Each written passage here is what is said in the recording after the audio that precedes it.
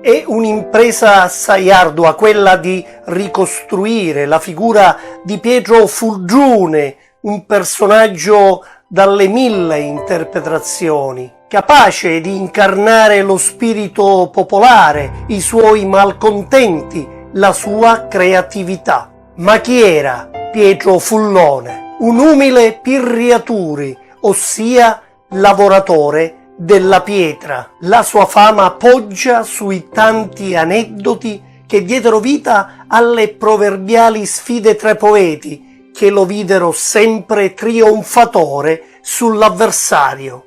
Un figlio del popolo, insomma, che canta nella lingua del popolo. Umilia letterati e personalità della cultura con la sua spontaneità. Pietro Furgiune si trova dovunque attenzionare con i poeti della Sicilia. Solo il cieco di Spaccaforno viene a trovarlo a Palermo. Gli altri poeti li va a cercare lui stesso di paese a paese. Dal Passalacqua al Davila, dallo Stivala al Pavone, fino a giungere al Dotto di Tripi. Queste continue sfide poetiche che avvenivano in vari punti della Sicilia gli procurarono fama e leggenda. Giuseppe Pitrè, nel volume Studi sulla poesia popolare, dedicò una parte del testo alla vita e alle opere di Pietro Furgiune. Non si hanno prove certe, ma Furgiune è possibile che sia un soprannome datogli dal popolo e non il suo vero cognome. Un verso ad egli attribuito infatti recita: «Io su Pietro chiamato Furgiune».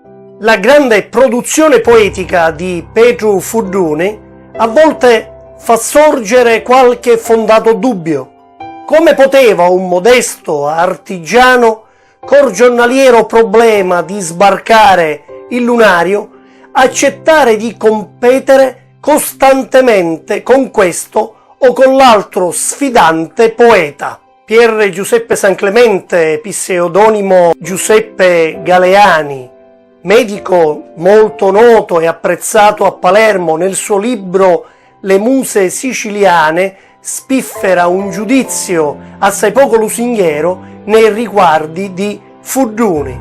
L'ha dotato la natura di memoria così grande, di facilità e prontezza di vena così inesausta e di ingegno così spiritoso. Giovanni Meli offre una chiara testimonianza della notorietà acquisita dal nostro poeta popolare. Lo immagina infatti come il caratteristico venditore di acqua e anice.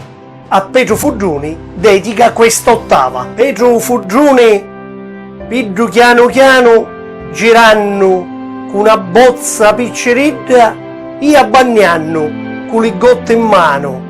Acqua con lo zammù, che l'hai fridda.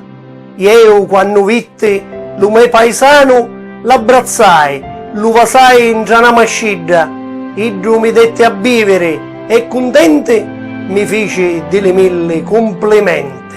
Non v'è alcun dubbio che il Meli ha inventato di averlo incontrato in quest'ottava siciliana per il semplice fatto che Pietro Furgiune è vissuto in un'epoca precedente a quella appunto di Giovanni Meli. Questo denota la fama, la notorietà di Pietro Furgiune in tutta la Sicilia. Ma diamo qualche tratto biografico di Pietro Furgiune. Nacque a Palermo intorno a 1600, probabilmente nel 1604. È stato battezzato nella cattedrale del capoluogo siciliano. Sicuramente, mentre che era ancora un caruso, è stato affittato ai mastri per pochi quattrini che facevano comunque comodo alla famiglia per alleviare le sofferenze economiche. I picciutteddi e i carusi erano appunto ragazzi dai 10 ai 16 anni che venivano impegnate nelle cave di pietra. La grandezza di Pedro Furdune assume proporzioni gigantesche con le opere dedicate a Santa Rosalia, a Santuzza, che l'autore realizza, compone al tramonto della sua esistenza, ma col massimo impegno e la sua massima genialità. Se la fama di Pedro Furdune è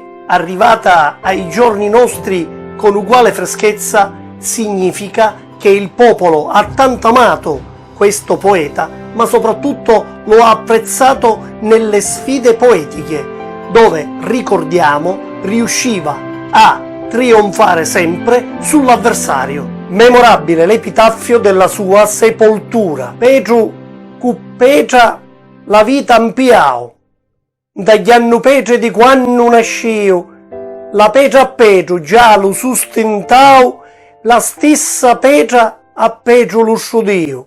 Oh, quanto tempo bello ci impiau, fici la sepoltura e la finiu. La stessa Petra che Pedro un tagliau, un giorno piccun moglio ci serviu. Ma è esistito davvero Pietro Furdune? O dietro a questo nome si celano tanti poeti dell'epoca per paura della censura? Come ha potuto fare un uomo che di mestiere faceva lo spaccapietre girare per lungo e per largo l'intera Sicilia sfidando altri poeti? Il dubbio rimane. Cari amici, questa puntata di Siciliano Doc si conclude qui. Spero di leggere i vostri commenti in merito al tema trattato. Se volete potete lasciare anche qualche like e ci vediamo mercoledì prossimo per una nuova puntata. Ciao!